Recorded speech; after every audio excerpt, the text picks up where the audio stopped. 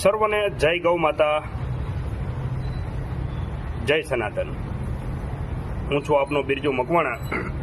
મિત્રો, આજે આપણે ગાયની વાત કરવાની છે કે ગાય આપણને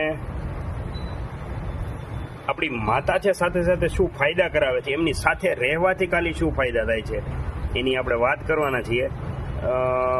એવું કહેવાય છે કે વિદેશમાં ગાય સાથે 1 કલાક રહેવાના 5 થી 6 હજાર રૂપિયા લે છે, અને આપણે લોકો ગાયથી હંમેશા દૂર જતા રહ્યા છીએ।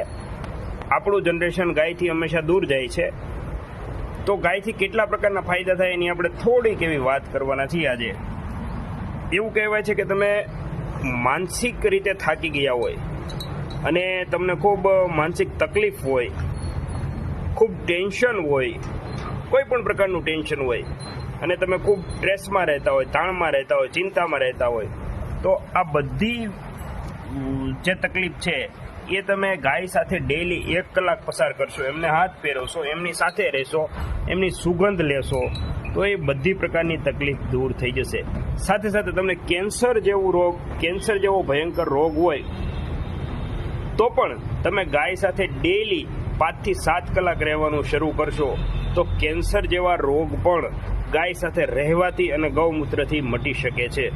તો આવા તો ગણાય નહીં એવા ગૌ માતાના ફાયદા છે, તો શા માટે આપણે ગૌ માતાને અવગણી અને અત્યારની જનરેશન એમથી દૂર થઈએ છીએ?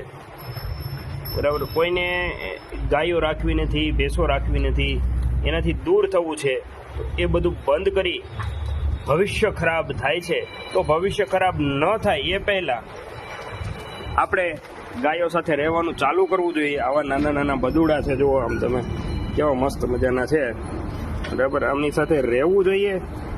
કારણ કે કહેવાય છે ગાયની અંદર 33 કરોડ દેવતાનો વાસ હોય છે, તો એમને પ્રેમ કરવાથી ભગવાન પણ પ્રસન્ન થાય છે।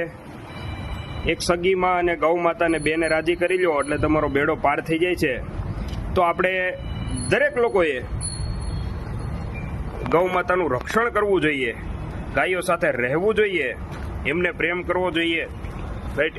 બીજા મોટા કોઈ જગ્યાએ દાન કરો છો એના કરતાં તમે મૂંગા પશુ પક્ષીને ખવડાવો તો એ ખૂબ ફાયદો આપે છે। સાથે સાથે આપણે માતા પિતાની સેવા કરીએ અને ગૌ સેવા કરીએ તો આપણો આ બેડો પાર થઈ જાય છે। તો આવા ઘણા ફાયદા છે। તમે પણ જો ગાય માતા વિશે કંઈ જાણતા હોય તો અવશ્ય કોમેન્ટ કરજો, કંઈ ના કરો તો કોમેન્ટમાં જય ગૌ માતા લખજો, કારણ કે ગાયો સાથે રહેવું ખૂબ જ ફાયદો થાય છે, મારો જાત અનુભવ છે।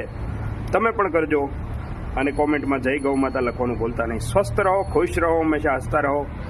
જય હિન્દ, જય ગૌ માતા।